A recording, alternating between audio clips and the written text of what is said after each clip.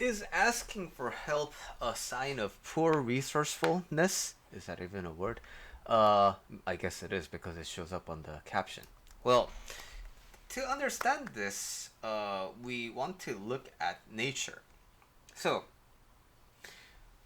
humans are capable of a lot of things that other animals cannot. But at the same time, humans are also animals, which means a lot of animal behaviors are also the basis of human behavior. So, every time we measure the naturalness of human behavior, it helps to look at animal behavior because that's where we come from. So, when we do things that animals don't do, and it is harmful, right? That is unnaturally bad. So, what I mean is, animals in general, they will fend and they will fight for their food. But when they are full, they will walk away. They don't hoard and take it into their refrigerator so that they can eat it later and later while depriving others of food. This is what naturally tends to happen in the animal kingdom in the wild. So, when you have resources and other people are actually deprived of that resource and are suffering because of it, but even when you have more than enough and you hoard it, then this isn't something that is found in nature. So it's a uniquely human kind of a behavioral flaw or kind of a vice. It's one way to look at it like that.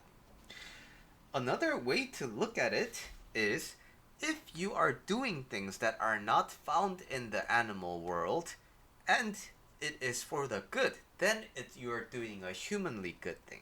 Again, animals eating, kind of an example. Animals eat, but they usually eat for themselves. They don't really take in take enough food for the whole pack. They do things for themselves. But if you, as a human being, found that you have a lot of things and you go and serve the people who cannot have it, then it is a uniquely human good thing to do. Okay, so something that you might be feeling is, no, Billy, that is something that animals do.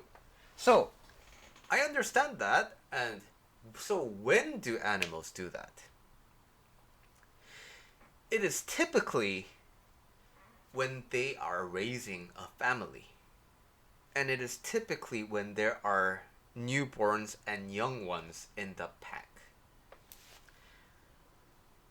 This means taking care of your own kin, even when it is disadvantageous of you, right? So when a deer is about to be hunted, it will usually run.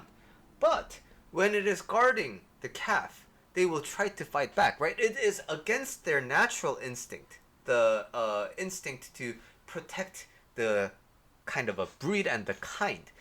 This is, again, what motivates an exception from the base behavior, which is purely individual. So, asking people for resources is usually something that you have to do when you are a kid. And when you are an adult, this may seem like then you are being under-resourceful because you're not, you're an adult. You're supposed to be able to get your resources yourself. You shouldn't be relying on help, right? And so, there is a grain of truth to this, right? The goal here isn't to make you feel bad and be like, hey, you do kind of suck. It's less about that. But I want you to understand this. The reason why you might be under-resourced and you might be needing to ask for help is because, precisely because your parents over-resourced you. Therefore, your parents may have robbed you of the opportunity to learn how to be resourceful. This is again something that tends to happen a lot in Asian households, especially when the parents are more or less really driven by external criterias about success. The parents want their kids to success, so they will really over resource. So now when the children are adults and they don't and they are responsible for being resourceful themselves, they have to rely on their parents because that's what they did all their youth, right? So, asking for help, there is it under resourceful? There is a grain of truth to this, but I'm saying it. Your parents might be the one that's responsible for this, and it may be less about you. Okay, so the part so just because you see coaching videos, right? It's not automatically gonna solve all your life problems like by default, right? Like you're not suddenly going to get a new brain part that makes you feel more resourced, which means there is some work to do to be resourceful, and that work can be asking for help. So that means asking for help is a way of being resourceful. It's a step in becoming self-reliant, right?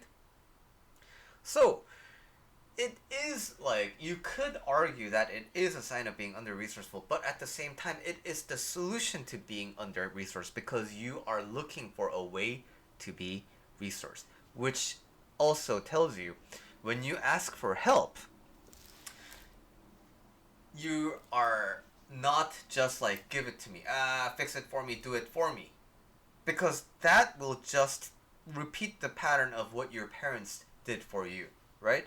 When you ask for help, you ask for help in learning how to be resourced. That is the angle you need to approach this in to get to a state of being resourced, right? And that's pretty much the answer to the original question, but I do want to add this one more component to this. Now, you know how bad it feels to be under-resourced, which means other people can also feel this, right? And if you can recognize the relative advantages and resources that you have even in your under-resourced state, that means there are people who are even more under-resourced than you, and it is very likely that they feel a lot worse than you do, right? So, one step further, after being resourceful yourself, is doing the uniquely human good of being resourceful on behalf of other people. And that is what makes human communities thrive. That is what makes humans have the feature of being uniquely, humanly good. So I hope that answers that question, and I'll see you in the next video.